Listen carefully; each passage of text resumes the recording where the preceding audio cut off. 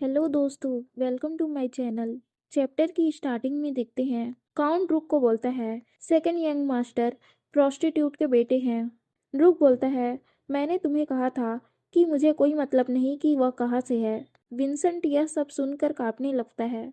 Count फिर बोलता है, वह एक प्रे का बेटा है। ये सोचती है, तो यह है जो विंसेंट आज तक छुपाने की कोशिश कर रहा था। उसके पास इसके अलावा और कोई चारा नहीं था। या तो वह इसे छुपा सकता या उसे बताना पड़ता। काउंट रुक को बोलता है, प्रे का बेटा प्रे ही होता है। काउंट सोचता है, ऐसे रहस्य हमेशा उजागर जगहों में नहीं बल्कि अंधेरे जगहों में होता है। काउंट रुक को बताता है, क्या आपको पता है सेवेज पिछले 5 साल से दौरा कर रहे हैं। यह गुप्त रूप से प्रोस्टिट्यूट को नहीं बल्कि उसकी माँ को सेवेज से बाहर लाने के लिए है। जो लोग इस लग्जरी लाइफ को अफोर्ड नहीं कर सकते वो लोगों को जबरन एम्पीरियर फैमिली में शादी करने के लिए मजबूर किया जाता है। ब्यूफोर्ट एक नोबल फैमिली जो अपनी फैमिली की सत्ता से संतुष्ट नहीं थे, उनमें से एक ने लेट एम्पीरियर के सबसे प्रिय भतीजी से शादी कर लिया और एम्पीरियर फैमिली के साथ बन गए। लेकिन जब लेट एम्पीरियर की मृत्यु हो गई तब उन्हें सत्ता से निकाल दिया गया और उनके टुकड़े टुकड़े कर दिए गए। हालांकि विंसेंट वैलेंटाइन उनमें से अलग है। उसे वैलेंटाइन ने इसलिए अडॉप्ट किया क्योंकि वह दूर का रिश्तेदार था। वह जीनियस था, इसलिए लोग उसकी तारीफ करते थे। क्या यह कोई बात बनती है? काउंट बोलता है, क्या वह चुपके से प्रे को ढूंढ रहा है? उसका दिमाग ठीक नहीं है।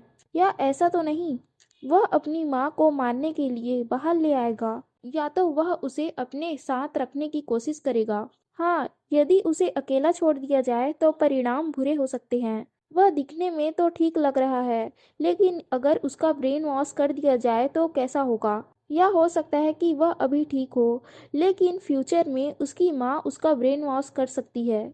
यह सुनते ही विंसेंट कांपने लगता है और अपना हाथ एरिया के कान से हटाने लगता है। लेकिन एरिया उसका हाथ पकड़ के फिर से अपने कानों में रखती है और सोचती है, तुम्हें इन सब बातों में ध्यान नहीं देना चाहिए। तुम हो। ड्रूक फिर से काउंट को बोलता है, मैंने कहा कि मुझे मतलब नहीं कि वह कहाँ से है। क्या तुम जानते हो काउंट, किसी ने मुझे आज तक एक ही बात दोबारा कहते हुए नहीं सुना। फिर ड्रूक काउंट को मार देता है और बोलता है, मैंने सबको मार दिया। फिर वह उन लोगों की तरफ देखकर बोलता है, तुम बच्चे लोग यहाँ से निकल जाओ। लॉयड सोचता है, बच्चा किसको बोला? फिर गार्ड उन लोगों को बाहर लाता है। लॉयड सोचता है, मुझे एक बच्चे की तरह क्यों निकाल दिया? इतना इम्पोर्टेंट फैमिली मैटर चल रहा था। वह गुस्से से बोलता है, क्या मुझे वापस जाना चाहिए? फिर वह एरिया की तरफ देखता है। उसका गुस्सा अचानक शांत हो जाता है। वह सोचता है, आखिर मुझे हो क्या रहा? एरिया लॉयड की तरफ देखती है। लॉयड उसे बोलता है, तुमने जो कहा मैंने किया। फिर लॉयड अपने रूम में होता है। एरिया वहां आती है। लॉयड उसे देखकर बोलता है, तुम छोटी बच्ची फिर से आ गई। तो बताओ, अब क्या मामला है? एरिया उसे लिख कर बोलती है, क्या तुमने जो मुझे अधिकार दिया था वह अभी तक वैलिड है? लॉयर सोचता है, मुझे पता ही था वह इसका मौका क्यों नहीं उठाएगी। चलो उसकी बात मान लेते हैं। वह आखिर क्या करना चाहती है?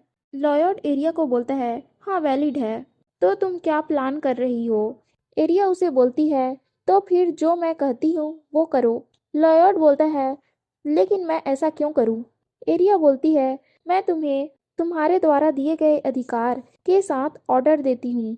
लॉयर सोचता है, मैं हैरान हूँ, लेकिन उसे मना नहीं कर सकता।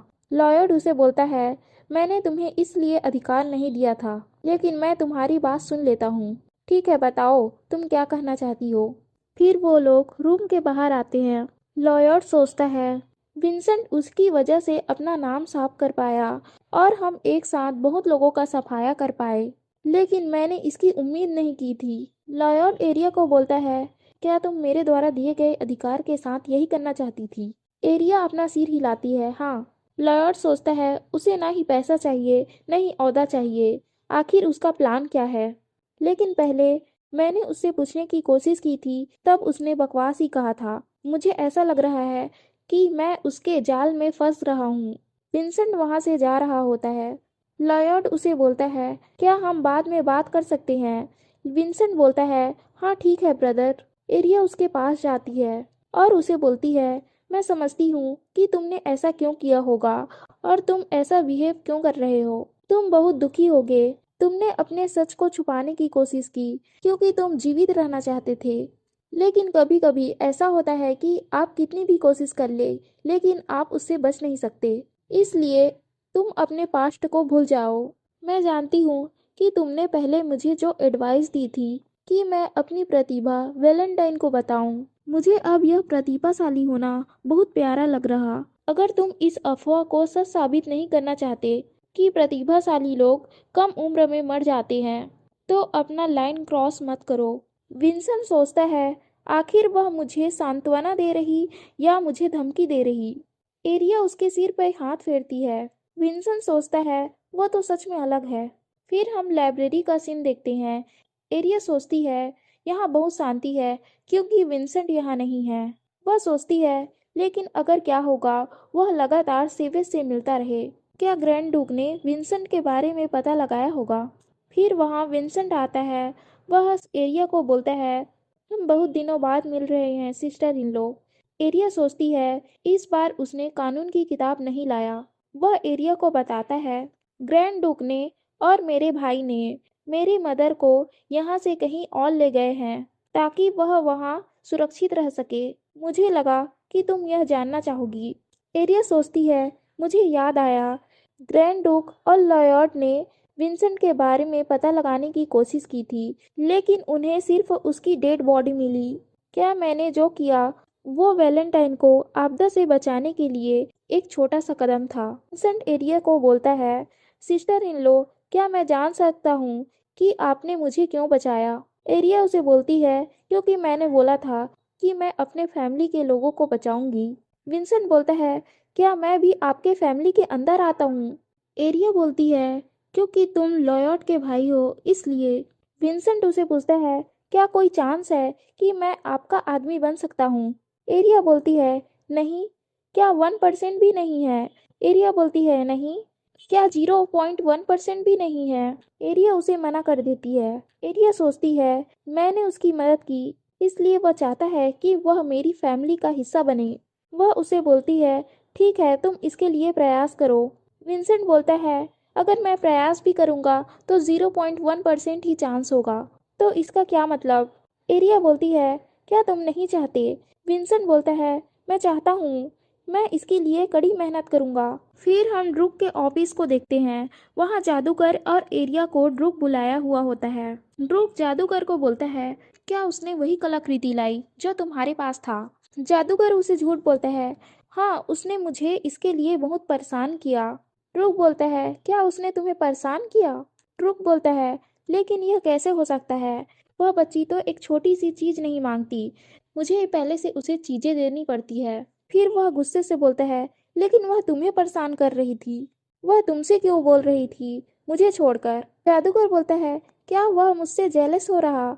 जादूगर ड्रूक को बोलता है, मुझे माफ कर दीजिए, अगली बार से मैं उसे मुझे परेशान करने से रोकूंगा। लेकिन उसने मुझसे विनम्र अनुरोध किया तो मैं इसे मना नहीं कर पाया। ड्रूक फिर से गुस्से से बोलता है, क्या विनम्र अनुरोध। जादूगर सोचता है, अब मैं क्या कहूँ, मुझे कोई इस ड्रूक से बचाओ। एरिया मुस्कुराती है। फिर हम देखते हैं, एरिया उस नेकलेस को जादूगर को देती है और बोलती है, इसमें कोई मैजिक है। जादूगर बोलता है, यह कोई कलाकृति जैसे तो नहीं लग रही। कलाकृति तो हमेशा ड्राइविंग पावर रखता है, लेकिन इसमें कोई एनर्जी नहीं है। चाहे कितनी बार हो मैं इसे देखूं, लेकिन कुछ भी बदलता नहीं। लेकिन यह एक ऐसी चीज हो सकती है जो अपनी एनर्जी को खो चुकी है, जैसे एक तलवार जो बहुत सारे लोगों को मारकर अपनी शक्ति खो देता है। यह नेकलेस उसकी तरह है। इसे हम श्रापित नेकलेस भी कह सकते हैं, जो लोगों को मार सकता है। एरिया सैंड के बारे में सोचती है, तो क्या वह इस नेकलेस को पहनती थी जो लोगों को मार सकता है, लेकिन वह इससे नहीं मरती क्योंकि वह एक सेंट है। जादूगर उस नेकलेस पर फूंक मारता है, उसका कलर चेंज हो जाता है। जादूगर उस नेकलेस को एरिया को वापस देते हुए बोलता है, इसमें काम नहीं कर रहा, मुझे नहीं पता यह क्या है। एरिया भी उसमें फूंक मारती है। वह सोचती है, इसमें कोई मैजिक काम नहीं कर रही, मतलब कि यह ड्राइविंग पावर हो सकती है। लेकिन कुछ भी हो, मैं इसे अपने पास रख लेती हूँ। एरिया जादूगर से पूछती है, क्या तुम मेरी मदद करोगे मेरा कोर खोलने में? जादूगर उसे मना कर देता है। एरिया बोलती है, जब मैं अपने आप को प्रूव कर दूंगी तो तुम मुझे सिखाओगे। जादूगर बोलता है, मैंने तुम्हें नहीं कहा था कि जब तुम प्रूव कर दोगी तो मैं तुम्हें कोर खोलना सिखाऊंगा। एरिया बोलती है, तुमने चीटिंग की। जादूगर बोलता है, तुम अपने मैजिक से एक दिन में कुछ भी हासिल कर सकती हो, लेकिन तुम इसे जल्दी करने के लिए अपना जीवन दांव पे लगा रही हो। तुम इसके लिए 1 साल का इंतजार भी नहीं कर सकती। एरिया बोलती है, ठीक है, अगर मैं मर गई तो दुर्भाग्य होगा। जादूगर बोलता है, तुम्हारा एटीट्यूड ही प्रॉब्लम है, मैं इसमें पार्टिसिपेट नहीं करूँगा। तुम्हारा उस विलेज में जाना बहुत मजाकिया था। मुझे लगा था कि तुम्हारा काम चर्च में है, लेकिन मैंने नहीं सोचा था कि तुम वहाँ इसलिए गई थी। एरिया सोचती है, वह बहुत खतरनाक था। अगर लोगों को पता चलता कि मेरे पास पावर है तो वह मेरी तरफ दौड़ते हुए आते और मेरे साथ वही करते जो मेरे पास्ट में हुआ था, और उसे वह एक वॉर का रीजन बनाते। जादूगर उसे बोलता है, तुम मेरी बातें क्यों नहीं सुन रही? तुम क्या सोच रही हो? क्या तुम इसका इंतजार कर रही हो कि मैं तुम्हें परेशान करना बंद करूं और तुम्हारा उस कोर को खोल दूं? लेकिन मुझे समझ नहीं आता, तुम अभी तक मरना क्यों चाहती हो? खैर, मैंने अभी तक हाँ कहा नहीं, इसलिए मैं यहाँ से चलता हूँ। एरिया बोलती है, लेकिन तुम्हारे प्रॉमिस का क्या हुआ?